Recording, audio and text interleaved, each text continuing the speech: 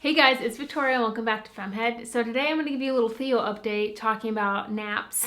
He is currently down to one nap. And I miss naps so much, but we're working on them and I'm going to talk you through all of it today. So when babies first come out, they sleep all the time. That's for like the first week or two. Like they're just so tired from being born that they just sleep. And then slowly but surely they're up a little bit more and then they're up a little bit more and they start to establish a pattern of awake time and nap time and all of that. And there are different methods and everything to sleep routines. I'm not going to get into that. Kind of talked about it before with Theo, what we've done. But as they get older, they slowly drop naps. And so they go from like 4 naps to 3 naps to 2 naps to 1 nap to no nap. I'm not ready for no nap. Okay, so around 14 to 17 months, give or take a couple months because all babies are so different, is when they usually go from 2 naps to 1 nap. He went from like taking 1.5 to 2 hour naps, like 2 of them. So that was like 3 to 4 hours of naps per day, to like waking up after 40 minutes. And I was like, oh my God, what's happening? What do I do? So I consulted my manual from taking care of babies. And I was like, oh, I think I need to try dropping him down to 1 nap. And it has taken months. I knew it was gonna take a while and it wasn't just gonna like happen one day, but I think I might have cracked the code and figured it out. He was down to just 1 nap and he would just only nap for an hour or like 45 minutes, but then be so cranky and exhausted the rest of the day, but not want to go down for a second nap. Unless we were like in the car or like going on a walk with the stroller, he would conk out for like a 20-minute cat nap, and that got him to bedtime. But it has been a bit of a struggle, and not even a struggle because like I cannot complain, because since he was 6 months old, I want to say, he has slept 12 hours through the night. And there is nothing better than when your baby gets to the point of sleeping through the night. So I'm not going to complain, because I'd rather him take an hour-long short nap during the day and sleep throughout the night than have like really good naps and not sleep through the night. I like my sleep and I like sleeping through the night. As I'm filming this, it's November. I'm trying to film ahead. And so he's 15 months old, but when this is going out, he'll be 16 months. But I don't anticipate that much changing between now and then. So he takes 1 nap a day. When it was on his 2 nap schedule, he had about like 3-hour wake windows. And then once I was trying to transition him into just 1 nap, he could make it to like a 4-hour window, but that's when he was still only like, the max nap I would get would be like 1:20. Just this week, I was like, I'm gonna do it. I'm gonna push him and we are gonna try to be awake for at least 5 hours. And with like the not time change, with daylight savings, everything, that kind of helped with the transition. So normally he wakes up at like 7:20, but because of daylight savings, it like went to 6:20. The latest he slept this week has been 6:40. We're slowly working on pushing his bedtime back to his like normal time. And then I know once he does that, it will just slowly slide into 7:20 at night to 7:20 in the morning. I was like, okay, I'm gonna do it. You can ask my friend and my sister, because I like snap them because I'm like, I had to do this, child. But I was like, I'm gonna do it. I'm gonna try to push him and get him to noon. And I did it. And I've been doing it for a couple days and it has worked. And he has taken like 1:45, 1:50, 2-hour naps, I think are like the 3 lengths they've been. So he went down about 40 minutes ago at noon. And I think he woke up at like 6:15, 6:20. I don't know when Michael actually got him out of bed because I went for a walk with a friend. So I'm working towards like a consistent 2-hour nap, and I'd love to get like the 2.5, 3-hour nap that you hear about, but I'll be happy with 2. Like, I'm not going to complain about 2. So talking about like his routine a little bit at 15, 16 months old, he normally will say like 7 a.m. is when he wakes up.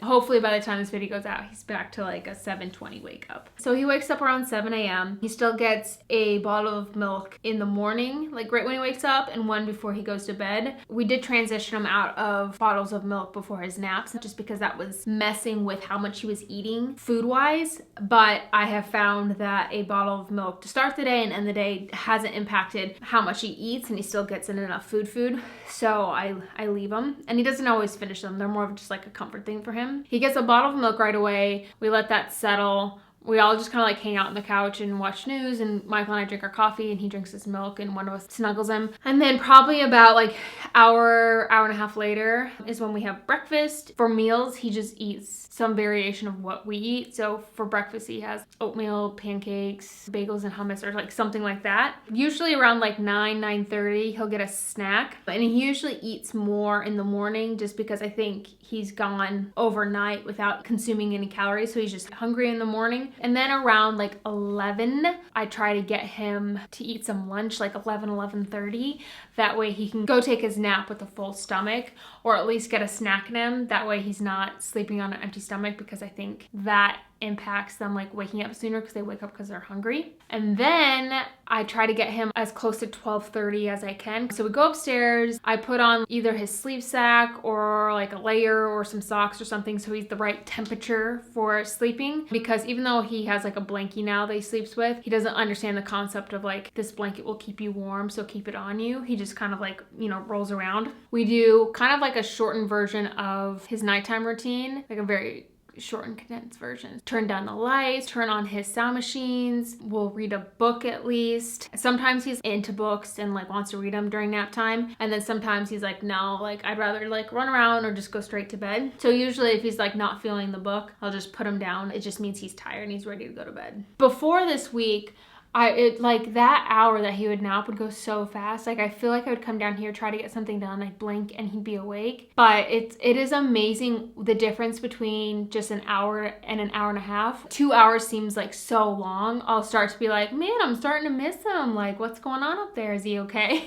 It has just had such a positive impact, because it's so hard to get anything done in an hour. And especially when you're trying to like work and create content, like you get to start something and then it just doesn't happen. I was really struggling with that, because I need a healthy balance of like work, home, mom life. I need the creative intellectual output of work for my mental health. And so having an hour wasn't enough. Some mornings I'll try to squeeze in a little bit of work first thing in the morning, either like before he gets up and Michael's here and before Michael has to get ready and go to work. And then sometimes if I really need to, I'll get, you know, another 45 minutes or an hour in after Theo goes down to sleep. But lately with the 2 hours, if you can just have that consistent time to get stuff done, it's such a difference. My like tips that I have if you're struggling with naps, a lot of this is from taking care of babies. Push that wake window. I know it's hard. I know they get cranky and you have to find that sweet spot between like them being tired enough and then them being like too tired to where they get like a rush of adrenaline and cortisol, and then that keeps them from going to sleep. So he went from like a 3-hour window when he was taking 2 naps. I stretched him to 4, and that's when he was taking around an hour nap. And then now he's at like a 5 to 6 hour wake window, and that seems to be best. Wear them out, burn that energy. That's the time, if it's nice out, to go outside, play with them, like get them to run around,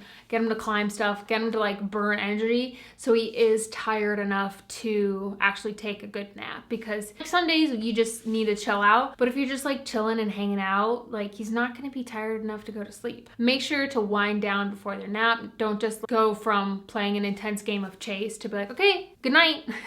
A pre-nap routine, just like you have a bedtime routine. Those things that tell them that it's time to like calm down and go to sleep. Depending on the number of naps they're taking and how old they are, also make sure that they have like a dry diaper. We've done this since the beginning. He has such a cozy sleep environment. His room is dark, a sound machine, usually pretty cool in there. It's hard during the summer because he literally has the hottest room in the summer and the coldest room in the winter. So we either have a fan or a heater in there just to make it 68 to 72 degrees. There can be a variation to that. Like right now, his room is 78 degrees, but I do try to keep it 68 to like 72. That's the ideal temperature. I wrote these notes Monday and it's Thursday and we've already made progress. So like just keep at it.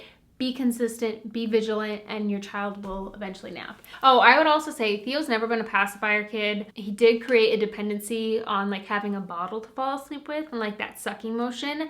So I had to break him of that habit. Even when he was young enough to where he needed a bottle before nap time, I would give him a bottle, but then I wouldn't put him in his crib with his bottle. I would take his bottle away. Even if he like didn't finish it, I would take it away and then put him in his crib. And like There was a lot of times of him just like crying and stuff, but the issue was he would fall asleep sucking on his bottle, like super cozy or whatever, and then wake up, and then he wouldn't have that same sensation to like help him go back to sleep. And so he would just wake up once that sleep cycle had passed. And so anyways, I could go on and on and on and on and on about sleep. That's what I have to say about Theo's little nap update. Not even sleep. He's a champion when it comes to sleep. Such a good sleeper since he was 6 months old. And we did the Taking Care of Baby sleep training course. Thanks so much for watching. I hope you guys enjoyed today's video, and I'll see you in my next one. Bye guys.